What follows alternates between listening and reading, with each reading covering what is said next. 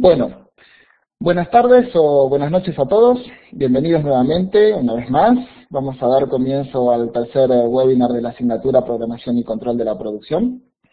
En esta oportunidad contamos con la presencia de la ingeniera Cecilia Kessler, que nos compartirá una experiencia práctica sobre Kaizen, sobre mejora continua, cuya metodología de trabajo está estrechamente relacionada con el módulo 4 que estamos viendo. ¿Por qué les digo que está estrechamente relacionado? Porque con Cecilia hemos trabajado en la misma empresa varios años, en diferentes áreas, pero bajo la misma filosofía de mejora continua. Por lo tanto, Cecilia ya les va a contar, van a ver que la aplicación del módulo 4, la parte de PDCA, es tal cual lo hemos visto en esta asignatura. Bien. Como pueden observar aquí en la presentación, Cecilia es ingeniera industrial de la Universidad Nacional del Centro de la Provincia de Buenos Aires y a su vez es ingeniera en seguridad e higiene de la misma universidad. Cuenta con una especialización en gestión logística integrada en la Universidad de El Salvador, USAL. Todo esto es en Argentina, obviamente Cecilia es argentina. Ha sido profesora de Sociología en las Organizaciones en el Instituto Tecnológico La Barría y actualmente se desempeña como gerente de procesos en una empresa de transporte de carga por ferrocarril que se llama Ferrosur Roca. Bueno, Cecilia tiene muchísima experiencia en mejora continua bajo Six Sigma, bajo PDCA, y lo que nos presentará aquí es uno de sus trabajos relacionados con la expedición de cemento. Por lo tanto, también van a poder relacionar este webinar con la actividad final que están haciendo, que espero que estén haciendo. Bien, bueno, Cecilia, esta es una breve introducción, creo que podría estar hablando mucho más tiempo sobre ti. Quiero agradecerte tu tiempo y tu buena voluntad para compartir tu experiencia, para estar aquí con nosotros, tus conocimientos. Y bien, te paso la palabra y adelante, todo tuyo, bienvenida. Hola, buenas tardes a todos. Gracias, Marcos, por la presentación. Realmente es un placer haber sido convocada para compartir este espacio con vosotros. ¿Se escucha bien?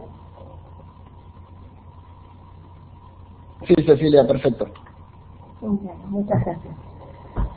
Bueno, como comentaba Marcos, hace 9 años que estoy trabajando con proyectos de mejora continua. Ya he desarrollado más de 40 de estos tipos de proyectos y por suerte en su mayoría alcanzando, incluso superando los objetivos planteados. Es por eso que adhiero tanto al uso de dicha metodología y estoy convencido que es el camino para alcanzar buenos resultados. Vamos a ver en el primer slide, vamos a comentar sucintamente la metodología de PDCA. Sé que ustedes disponen del soporte teórico ya en el módulo que comentaba Marcos. Deming presentó el ciclo de PDCA en los años 50 en Japón, aunque señaló que el creador de este concepto fue Shewhart, quien lo hizo público en el año 1939. Por lo que también ustedes lo pueden conocer como ciclo de Deming o ciclo de Shewhart indistintamente. En Japón, el ciclo de PDCA ha sido utilizado desde su inicio como una metodología de mejora continua y se aplica a todo tipo de situaciones, industrias y culturas. Con esto quiero expresar que la metodología de PDCA no es nada nueva. Ya vamos a ver que las etapas que lo componen es simplemente una forma lógica y ordenada de resolver un problema. Pero sin embargo, no es tan simple verla bien aplicada en las situaciones reales, ¿no? Como ustedes saben, quizás muchas veces tenemos una tendencia natural a pensar que ya conocemos el problema y su solución. Bueno, PDCA son las siglas en inglés de las etapas que lo componen, que son Plan, Do, Check y Act. El ciclo de mejora tiene su inicio en la fase de planificación y podemos ver que dentro de dicha etapa hay 4 pasos a seguir. Primero, comenzaremos identificando el problema. ¿Qué significa esta etapa? significa mensurar el problema y establecer cuál es el objetivo que va a trabajar el grupo. Entender el problema y dimensionarlo es el primer gran paso para toda mejora. Luego, la segunda etapa es la de análisis fenómenos. Esta etapa tiene como objetivo estudiar las variables del proceso y detectar dónde ocurre el problema. Por ejemplo, si hablamos de la cantidad de defectos que tiene un producto, podemos analizar variables tales como el tipo de falla, el turno que fue elaborado, cuál fue la línea de producción, entre otros. En esta etapa siempre hay que tratar de analizar la mayor cantidad de variables que podamos. Para ello, tenemos que contar con información precisa y confiable. En caso de que no dispongamos de datos al momento de realizar el análisis del fenómeno, hay que tomarse un tiempo para hacer una recolección buena de los mismos. Y tenemos que ayudarnos del soporte de herramientas estadísticas tales como gráficos de Pareto, histogramas, gráficos de correlación, de dispersión, entre otros. Luego tenemos la etapa de análisis de proceso. En ella relevaremos las causas que generan el problema. Es decir, siguiendo el ejemplo que les comentaba en el punto anterior, nos podríamos preguntar por qué la mayor cantidad de defectos ocurren en determinado turno o por qué falla el pegamento. Para ello, los integrantes utilizan una técnica que se denomina brainstorming. También se utiliza el diagrama de Ishikawa y en esta etapa los integrantes del grupo se deben preguntar tantas veces como sea necesario por qué ocurre el problema para identificar las causas raíces. Luego está la etapa de plan de acción. En esta etapa debemos eliminar o tratar de minimizar los efectos de las causas que detectamos en el punto anterior. El plan de acción debe ser correctamente planificado. Con esto me quiero referir a que la acción que deberemos llevar a cabo tiene que estar correctamente enunciada. O sea, debe estar bien descrita, debe estar detallado quién deberá ejecutarla. Cuando me refiero a quién deberá ejecutarla, tiene que ser una sola persona. ¿Sí? Esa persona tiene que tener nombre y apellido, un responsable. Cuándo deberá llevarla a cabo, ¿sí? Con fecha de inicio y de fin de ejecución de la acción. ¿Por qué deberá realizarla? ¿Dónde? ¿Cómo hacerlo? Y también si esta acción deberá incurrir en algún costo o inversión asociada. Entonces, de esta manera ya finalizaríamos la etapa PDCA, o sea, la planificación. Hemos identificado el problema, lo analizamos, conocemos cuáles son las causas raíces que lo generan y tenemos un plan de acción ya para mejorar el proceso. Así luego iniciamos la segunda etapa, la etapa B del PDCA. Esta es la etapa en la cual debemos ejecutar lo que planificamos, o sea, llevar adelante las acciones que establecimos en el plan de acción y es muy importante que sean ejecutadas en tiempo y en forma. Entonces, tenemos que conseguir los recursos para llevarlo a cabo, también involucrar y difundir las acciones a todas las personas que están siendo parte del proceso que vamos a mejorar. En definitiva, hacer que las cosas sucedan. La tercera etapa es la etapa de verificación, la etapa de check. Es decir, vamos a monitorear que estemos alcanzando los resultados establecidos en el primer punto del PDCA. Si los resultados obtenidos son los esperados, celebraremos y pasaremos a la etapa siguiente del PDCA. Pero si esto no sucede, debemos volver a analizar el proceso, o sea, estudiar nuevamente cuáles son las variables que generan el problema, detectar las causas que están generando ese desvío respecto a lo planificado y proponer acciones para eliminarlo.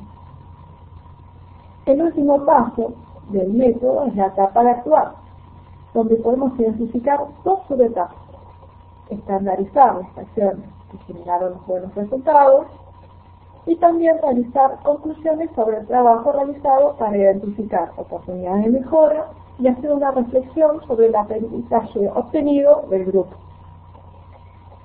Cabe mencionar que los proyectos de mejora continua son desarrollados por grupos interdisciplinarios. Este grupo no debe ser integrado por pocas personas ni debe ser tampoco sobredimensionado. Consideramos que un grupo de 4 o 6 personas es un buen número para generar buenas cantidades de ideas. Y tienen que cumplir unos requisitos que son básicos. O sea, tienen que tener el conocimiento de la metodología a aplicar, el conocimiento del problema en cuestión, y tienen que tener el liderazgo, o sea, la capacidad y la autoridad para llevar adelante las acciones. Estos 3 factores son determinantes para alcanzar los resultados. Bueno, hasta aquí hemos hablado de la metodología y su marco teórico. Ahora vamos a presentar el caso práctico. Este caso de aplicación se ha orientado a desarrollar la metodología PSA para reducir el tiempo que demoran los camiones en ser cargados con productos paletizados. La empresa, a la cual por cuestiones de confidencialidad no vamos a decir cuál es, pero es una empresa de producción continua. El producto es un commodity y además de eso tiene una empresa competidora de kilómetros de distancia, con lo cual ustedes saben que el tiempo de carga es una variable crítica para el proceso de transporte, y teniendo una empresa competidora tan cerca hace más importante trabajar sobre ese punto, si no los camiones se van a cargar al otro lugar donde tardan menos. El área logística detectó que había elevados tiempos de demora desde que el camión ingresaba a planta hasta que se retiraba con el producto cargado. Por esto se formuló un equipo de mejora junto con el área de carga y expedición para lograr reducir estos tiempos. En el siguiente slide ya vamos a ver cómo desarrollamos la etapa de identificación del problema. ¿Sí? Hicimos una colecta de datos de los valores promedios de demora por mes. Se calculó el valor promedio y se identificó también cuál es el mejor valor. Fíjense que, de acuerdo al slide, el mejor valor era un promedio de 2 horas 40 y el promedio de estos 8 meses eran de 5 horas 47 minutos. El ECRIPSO propone reducir la demora en un 50% de la brecha entre el promedio actual y el mejor valor, y de esta forma queda definida la meta de trazar con reducir el tiempo por medio de demora por camión con carga paletizada de 5 horas 47 por mes para 4 horas 14 por mes hasta en ese entonces diciembre del 2005.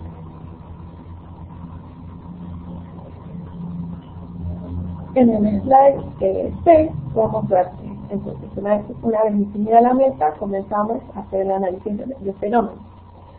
Para entender dónde se produce la demora, se realiza un relevamiento de los tiempos descomponiendo el proceso de carga y expedición en cada uno de sus estados o actividades que realiza el camionero dentro del plan. Vamos a comentar el circuito que recorre el camión. El camión llega a planta, se posiciona en la balanza de entrada para hacer el pesaje del camión vacío, presenta la documentación correspondiente y solicita un turno de carga. Una vez finalizado este trámite, si trae pallets para devolver al sector de descarga de pallets, y si no, directamente va al puesto carga. Dicho puesto es una playa de estacionamiento donde los camiones aguardan para ser llamados a la carga. Cuando llega el turno de carga, los camiones se posicionan en la entrada del galpón de carga, en el puesto de atención a la cabina, y aguarda a que el operador del autoelevador los llame para posicionarse en el sector de carga propiamente dicho. En el área de carga hay 2 servidores en paralelo. Luego, unos metros más adelante, de la carga, se encuentra un sistema de arrestacaídas donde los camioneros pueden realizar el enlonado de la carga. Esto se realiza para, principalmente en los días de lluvia, preservar el estado de la mercadería. Como último paso, los camiones se dirigen a la balanza de salida, donde realizan el pesaje del camión cargado y se finaliza todo el proceso de documentación, de despacho y de pago de la mercadería. Una vez que habíamos relevado todas las actividades, durante una semana se realizó el relevamiento de los tiempos de cada uno de los camiones que ingresaron a planta. O sea, se analizaron 680 camiones que ingresaron a planta, etapa por etapa. Y el resultado fue el siguiente. La demora de promedio de los camiones que enlonaban era de 12 horas 30 minutos. Y en el caso de los camiones que no realizaban el enlonado, era de 12 horas. Aunque el 81% de los transportistas optaron por enlonar antes de retirarse del galpón de carga. Por eso que de ahora en más analizaremos el proceso completo con la actividad de enlonado. Si utilizamos el gráfico de Pareto, podemos ver que el 84% del tiempo de demora de esas 12 horas 30 minutos es el tiempo de espera que están los camiones en el puesto 4. Pero recordemos que dicho puesto es solo un puesto de espera, por lo cual analizaremos qué ocurre aguas abajo de este puesto.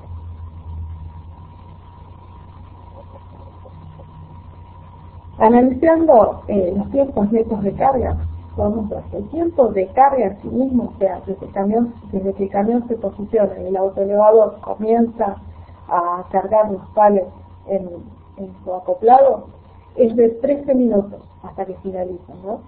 Y en el enlonado, sumado con el traslado hasta la balanza de salida, es de 53 minutos.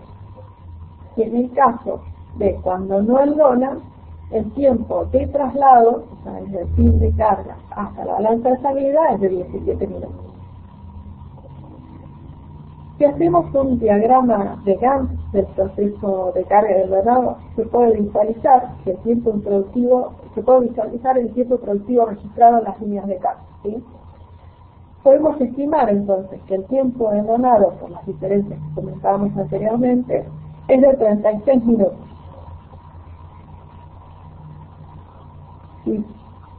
Si pasamos al otro slide y vemos la secuencia de carga, si hay un camión que en el tiempo cero se posiciona en uno de los servidores de carga y un camión B que se posiciona en el servidor paralelo, en el minuto 13 finalizaría la carga e se trasladarían unos metros más adelante para realizar el enlonado.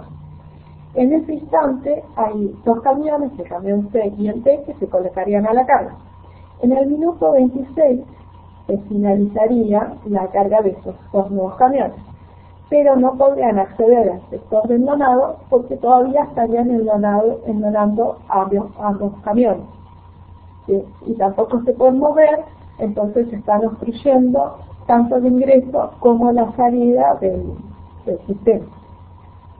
Entonces podemos ver, en conclusión, que se genera un tiempo productivo de 23 minutos donde no se pueden atender, o sea, no se pueden cargar otros camiones. Con lo cual podemos determinar que el enlonado es un cuello de botella del sistema. También vamos a analizar qué es lo que pasa con el patrón de llegada de camiones a planta. ¿Sí? Podemos identificar que hay una franja horaria entre las 17 y las 0 horas donde llega gran cantidad de camiones, incluso mayor cantidad que la tasa nominal de carga, que es de 6 camiones por hora.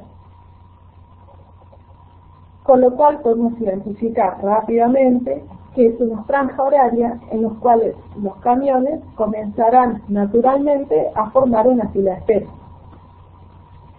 También superponemos en este gráfico cuál es la tasa de servicio real, o sea, cuántos camiones se cargan por hora en las distintas franjas horarias. Y podemos ver que entre las 3 y las 4 horas, entre las 12, las 2, entre las 19 y las 20, la tasa de servicio llega a ser incluso cero. En estos horarios son los que se realiza el cambio de turno de las personas que realizan la carga en el sector de embolsadores.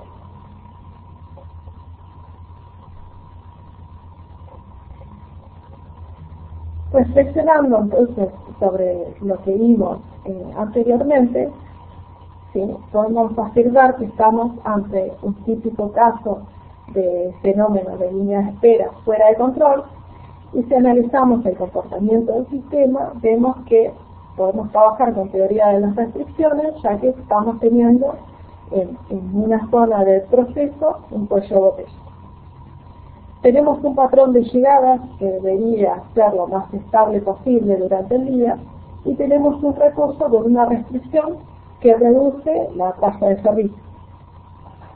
Concluyendo los análisis vistos, podemos identificar entonces tres puntos focales en los cuales el grupo va a trabajar. Por un lado, reducir la dispersión de los arribos para evitar los momentos picos de arribo del camión en esa planta y que generen demora. Eliminar el tiempo de endonado en los días que no llueve para quitar el cuello de botella en el galpón metalizado y poder atender más camiones por hora, y aumentar la productividad de carga embolsadora para alcanzar una capacidad nominal de carga más cercana, ¿sí?, a la capacidad de servicio teórico, ¿sí? O sea, evitar llegar a cero en la tasa de carga en los cambios de turno. Pasando entonces a la etapa 3, una vez que tenemos identificado cuáles son los focos a trabajar, realizaremos el análisis del proceso. Como es muy extenso explicar o mostrarles el análisis del fenómeno para las tres variables que presentamos anteriormente, vamos a trabajar con el punto focal de aumentar la productividad de carga del embolsador. Entonces nos vamos a preguntar por qué la productividad de carga es de 4,56 camiones por hora y no de 6, y una de las respuestas es que hay pocas horas, o sea, aproximadamente 2 horas de carga por turno de trabajo, en las cuales la tasa de carga real es de 6. Si vemos en el diagrama qué es lo que está pasando en los cambios de turno, relevamos cuáles son las actividades que ocurren 1 hora antes y 1 hora después de cada cambio de turno.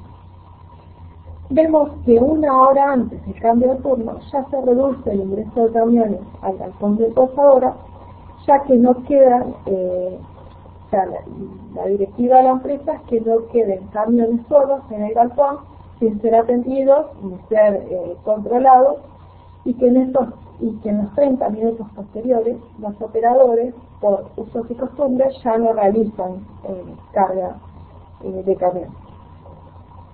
Posteriormente al cambio de turno, los operadores inician la jornada realizando un conteo de stock y se realizan unas charlas antes de iniciar cada turno que se denominan charlas de seguridad. Con lo cual ahí también tenemos 30 minutos en los cuales no se realiza carga. Y en los 30 minutos posteriores aguardan a que los camiones lleguen al galpón, o sea, son llamados para que se trasladen desde el puesto 4 al galpón, y que el laboratorio apruebe las condiciones del producto, o sea, del apto de los productos para ser cargados. Hasta este momento hemos detectado muchas causas, ¿no?, que generan la baja de carga. Entonces, es por eso que pasamos a la siguiente etapa, que es la de plan de acción. Respecto de esta meta específica, se determinaron varias acciones para llevar a cabo. Yo les voy a leer una para que vean cómo está reflejado en el plan de acción. Sí, por ejemplo, la primera se refiere a los 30 minutos de no carga por turno de trabajo por usos y costumbres, que es referido a una problemática gremial. La acción fue negociar con el gremio para que la actividad de la embolsadora, o sea, la producción y despacho, no se detenga, los cambios de turno y se entreguen las máquinas marchantes. El responsable, aquí colocamos uno, pero es una persona del equipo, cuando, fíjense que tenemos correctamente acotado con día y mes el inicio y el fin, y cómo, bueno, realizando la negociación con recursos humanos. ¿Y para qué? Para eliminar entonces este tiempo productivo de carga de embolsador.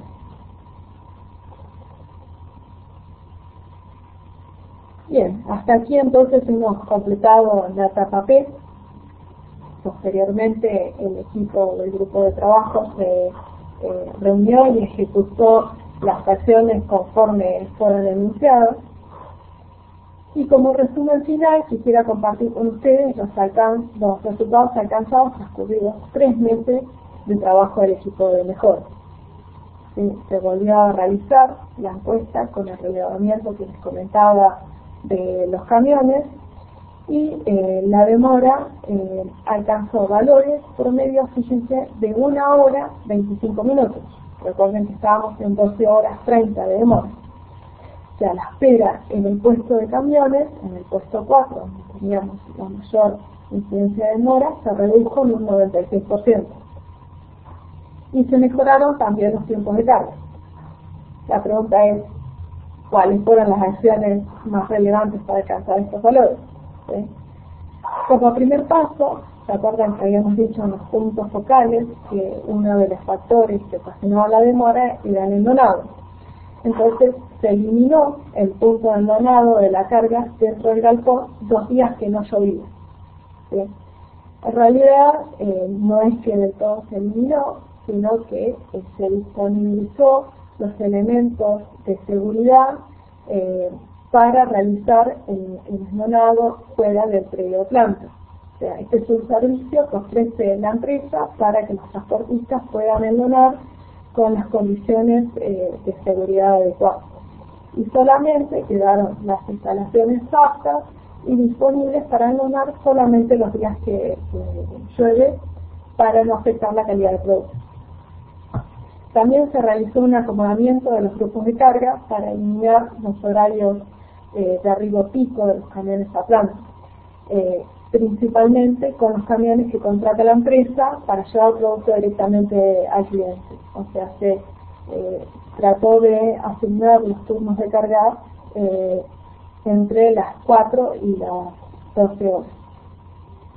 Y también se implementó un acuerdo gremial con los operadores de carga para que entreguen los equipos en marcha, ¿sí? Que se hagan los cambios de turno de forma solapada para no tener que marchar, que parar las marchas de los equipos y que la carga se realice de forma ininterrumpida.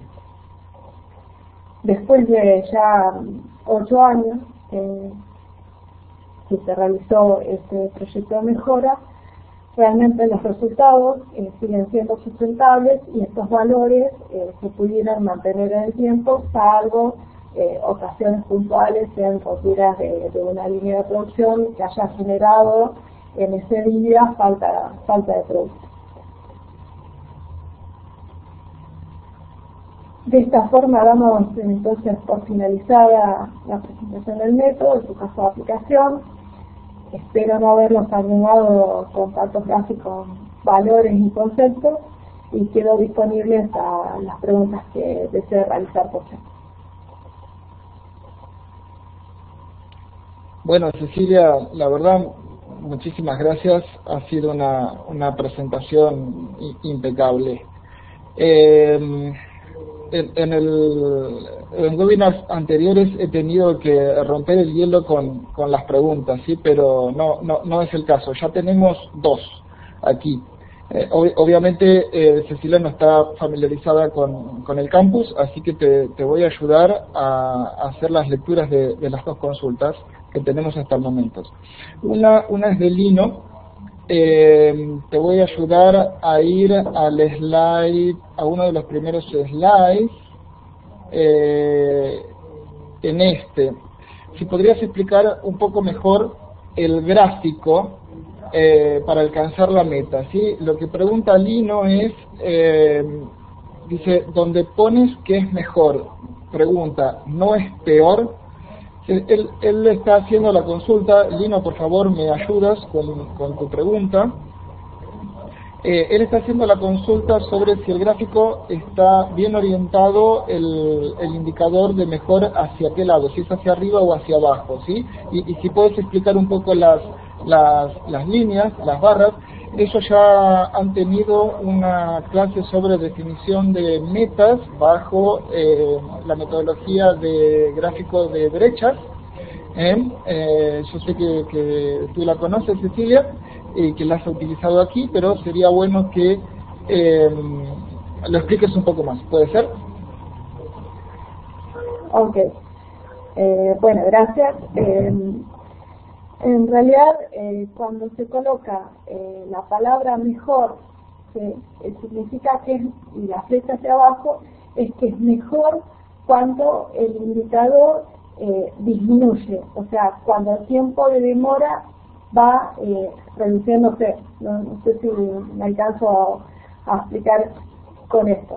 Cuando es mejor para arriba, significa que, por ejemplo, no sé, en el caso de disponibilidad de un equipo, es mejor cuando el indicador va siendo más alto. Sí, entiendo, Lino, la pregunta. Quedó justo la flecha como que está señalando el valor de agosto, pero en realidad, bueno, es el contexto del gráfico. Perfecto. Bien, bien.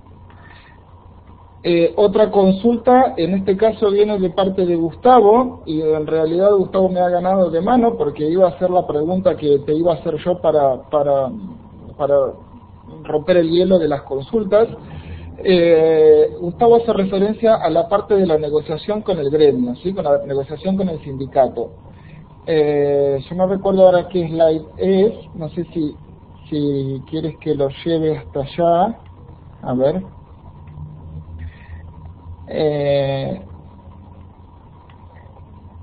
Aquí, entiendo que es aquí, Gustavo, ¿verdad? Me ayudas con la consulta.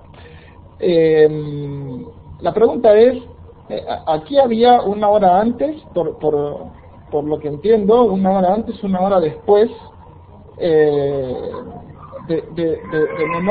menor trabajo por parte de los operadores, ¿no? ¿Cómo fue que, porque aquí en la slide siguiente me dice, estimo que debe ser la primera acción, que dice negociar con el gremio, ¿me ayudas, Gustavo? ¿Cómo fue que hicieron esta negociación o cómo fue que se dio? La pregunta primero sería, ¿el gremio realmente accedió a trabajar en este horario? ¿Cómo fue que lo resolvieron? Bueno, esto realmente es una acción que fue muy debatida para llevar adelante y bueno, básicamente cómo se acortó estos tiempos es haciendo el cambio de turno de forma solapada, ¿sí? Trasladando los tiempos del turno en sí mismo, porque la planta en este caso queda retirada de la ciudad y hay un colectivo que hace el traslado del personal. Entonces lo que negociaron es extender la jornada, incluyendo el tiempo de traslado, y a lo cual hubo una reforma del convenio colectivo de trabajo y un plus que se le entrega, un plus monetario, ¿no? Salarial, que se le entrega a los operadores por realizar esta entrega de las máquinas en servicio para no interrumpir la producción. Y además de esto se tuvo que replicar en todas las plantas que tiene la empresa, no solamente en la planta en cuestión donde estuvo esta demora. O sea, lo que estás diciendo es que esta acción realmente traspasó las fronteras del equipo de trabajo, ¿no? Porque imagino que esta negociación debe haber sido con el área de recursos humanos a unos niveles que el equipo de PDCA, el equipo de mejora continua que estaba trabajando aquí, no llega, ¿verdad? No, es cierto. La limitación del equipo fue a exponer y a presentar, por ejemplo, con el slide que veíamos anteriormente, donde estaban los tiempos improductivos y cuál era la problemática que realmente generaba. Se presentó en recursos humanos y fueron ellos quienes desarrollaron la acción de reevaluar el convenio y desarrollar realmente un nuevo equipo de trabajo con los gremios.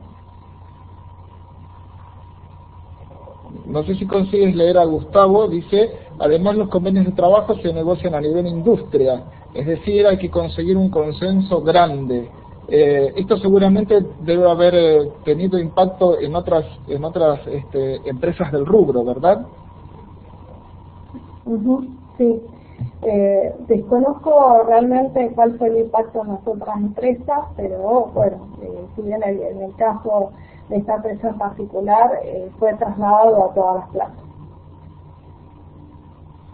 Muy bien. ¿Tienen alguna otra consulta que quieran hacer?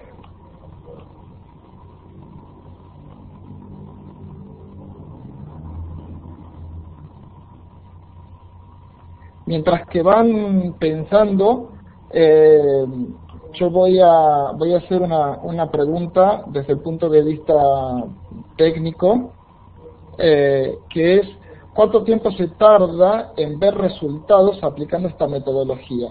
Me refiero a desde que se detecta la problemática o se crea el equipo de trabajo, el equipo de mejora continua, hasta que realmente se ven los resultados. Esto es algo, te quité la pregunta, Lino. ¿Esto es algo inmediato? ¿Esto demora su tiempo? O sea, ¿en cuánto tiempo ustedes alcanzaron los resultados que nos estás comentando? O en general, en tu experiencia, ¿cómo son esos tiempos? Bueno, dependiendo del foco que le dé el grupo y de lo bien, digamos, que se trabaje en la etapa de planificación, ¿sí? Analizando cuáles son los problemas, identificando bien el problema raíz y si se desarrollan acciones que no requieren grandes inversiones, por ejemplo, no sé, la compra de un equipo nuevo o una gran obra civil, sí se pueden obtener resultados en el corto plazo, en 3, 4 meses. En general, he visto en promedio, en medio año, hemos tenido en general en los distintos proyectos buenos resultados. Hay algunos que hasta los seguimos trabajando varios años para tratar de obtener los resultados, pero en mi experiencia creo que el factor clave es la dedicación y la transparencia con la cual se tome y se intente resolver el problema, ¿sí? Muchas veces si uno quiere seguir, digamos, escondiendo la problemática raíz, realmente el problema sigue sucediendo. Si nosotros logramos identificar bien cuáles son las causas que lo generan y desarrollar un buen plan ejecutándolo en tiempo, forma y a conciencia, de forma responsable, los resultados llegan solos y muy rápido. Cecilia, aquí Lino te consulta si has aplicado PDCA a la aplicación del PDCA, ¿sí? Es decir, si a estos ciclos de mejora continua lo han mejorado, ¿no? O sea, lo han hecho más efectivo, sería la mejora continua de la mejora continua. ¿Has hecho algo así? No he hecho algo así, pero sí he formado parte del proceso. Les cuento en qué consiste. Hay un área dentro de la empresa que se llama Sistema de Gestión o Excelencia Operacional, que ellos son los guardianes, digamos, de la metodología, y son aquellos que capacitan y que velan por la correcta aplicación del PDCA. Ellos todos los años realizan un diagnóstico de cómo está el sistema de PDCA y hacen de alguna forma un PDCA, un mini PDCA para mejorarlo, ¿sí? Tienen una meta para mejorar el estatus de aplicación de la metodología. Por ejemplo, si en el diagnóstico nos da que tenemos un grado de adherencia o de cumplimiento a la metodología del 80%, ellos se fijan una meta de, no sé, incrementarlo al 86% de adherencia. Entonces, identifican cuáles son las etapas del PSA que no se están cumpliendo o no se están implementando al 100%, realizan un análisis de qué es lo que está pasando y un plan de acción para hacerlo. Y nuevamente todos los años este ciclo se vuelve a repetir, con lo cual podríamos decir que es un PSA del PSA.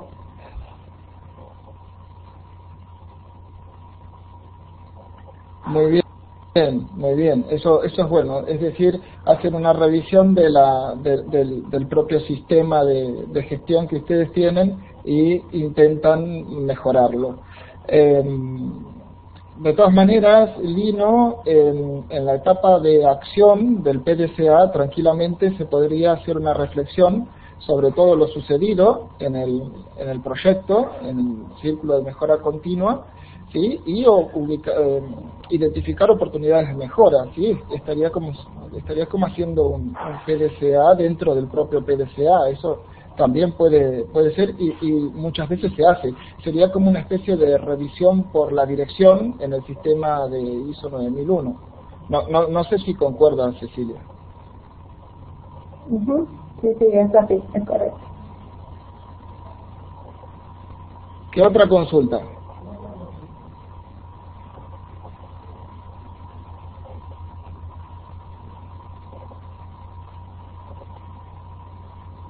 Yo tengo una consulta más, que es ¿cuál es el respaldo que le da el personal ejecutivo, el nivel ejecutivo, no sé si hablamos de gerencias o direcciones, a los equipos de mejora continua? Una cosa que sabemos que es cierto, y es algo que esta pregunta me surge por un comentario que me hizo Lino al inicio de la videoconferencia, pero offline, sobre la aplicación de metas y sobre la cultura de su propia empresa, ¿verdad? Entonces, digamos que para que todo esto funcione necesitamos respaldo del nivel ejecutivo, del nivel de dirección. ¿Cómo es este respaldo en tu experiencia, o cómo debería ser en tu experiencia? Bueno, el grado de involucramiento de la alta dirección es realmente clave para alcanzar los resultados, ¿no? O muchas veces no solo pasa por la necesidad de inversión, sino que muchas veces hay que hacer cambios en el proceso o cambios con las personas, con lo cual necesitamos un soporte de recursos humanos, ¿sí? En mi empresa, periódicamente en las reuniones de resultados y la revisión por la dirección, se realiza la exposición de un tablero que se denomina indicadores, en los cuales están los resultados mensuales y acumulados de todos los proyectos de mejora continua. Cuando hay un indicador que está en rojo, o sea que tiene un desvío, que no ha alcanzado el resultado, el grupo tiene que exponer la revisión de cuáles fueron las causas que generan ese desvío, cuáles son las acciones que se están tomando para alcanzar el objetivo. Entonces la dirección continuamente está integrada del curso de los grupos de mejora, ¿no? Y si necesitan soporte o necesitan ayuda para destrabar alguna acción o llevar adelante el plan en cuestión.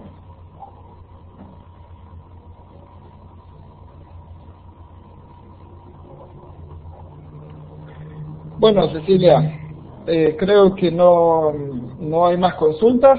También estamos...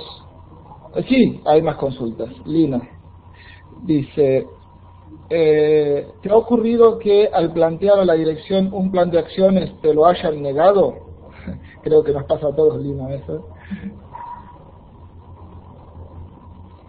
Sí, nos ha pasado que hemos presentado acciones que desde el grupo pensábamos pensábamos, no, ya teníamos comprobado, digamos, que las causas raíces que generaban el problema se bloqueaban con esta acción, y por cuestiones de inversión o porque son proyectos vinculados a un cliente y no tenemos la autonomía para ayudar a él, nos ha pasado que se han cancelado acciones por ese motivo.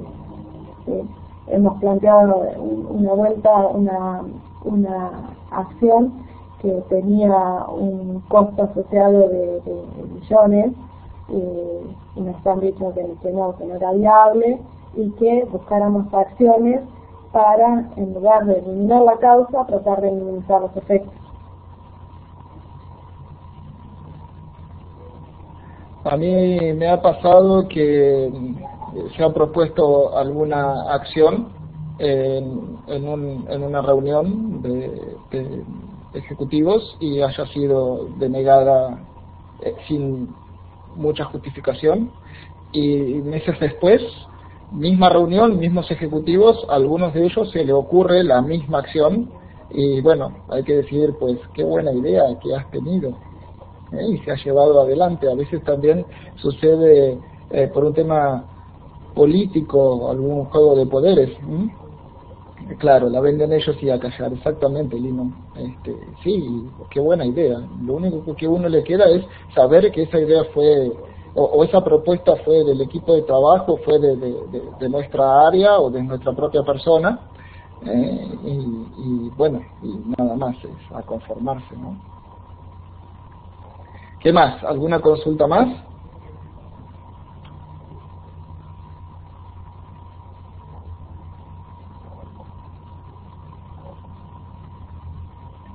Bueno, perfecto.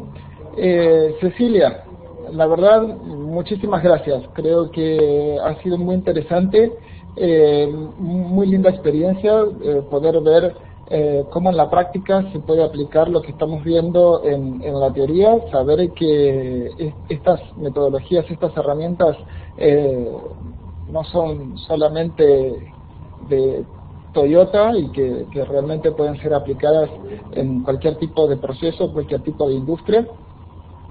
Y bueno, obviamente que así como se aplican, también nos encontramos con ciertas dificultades que traspasan nuestro campo de acción, y bueno, tenemos que ir más allá, y como dice Lino, a veces es permitido y a veces no es permitido, ¿sí? A veces podemos, a veces no podemos. Pero bueno, te agradecemos muchísimo tu tiempo, tu disponibilidad, tu buena onda, y bueno, el haber compartido tu experiencia con nosotros, ¿sí? Así que muchísimas gracias, Cecilia, y siempre a disposición. Bueno, gracias a ti, Marcos, por la invitación. Realmente es un gusto compartir este espacio con vosotros, y gracias a los asistentes por la participación. Muchas gracias. Bueno, muy bien, entonces damos por finalizado este webinar y seguimos en contacto en la asignatura. Muchísimas gracias a todos por participar, muchísimas gracias, Cecilia, gracias, Florencio, también por el soporte, y bueno, nos seguimos viendo. Gracias a todos, chao, chao.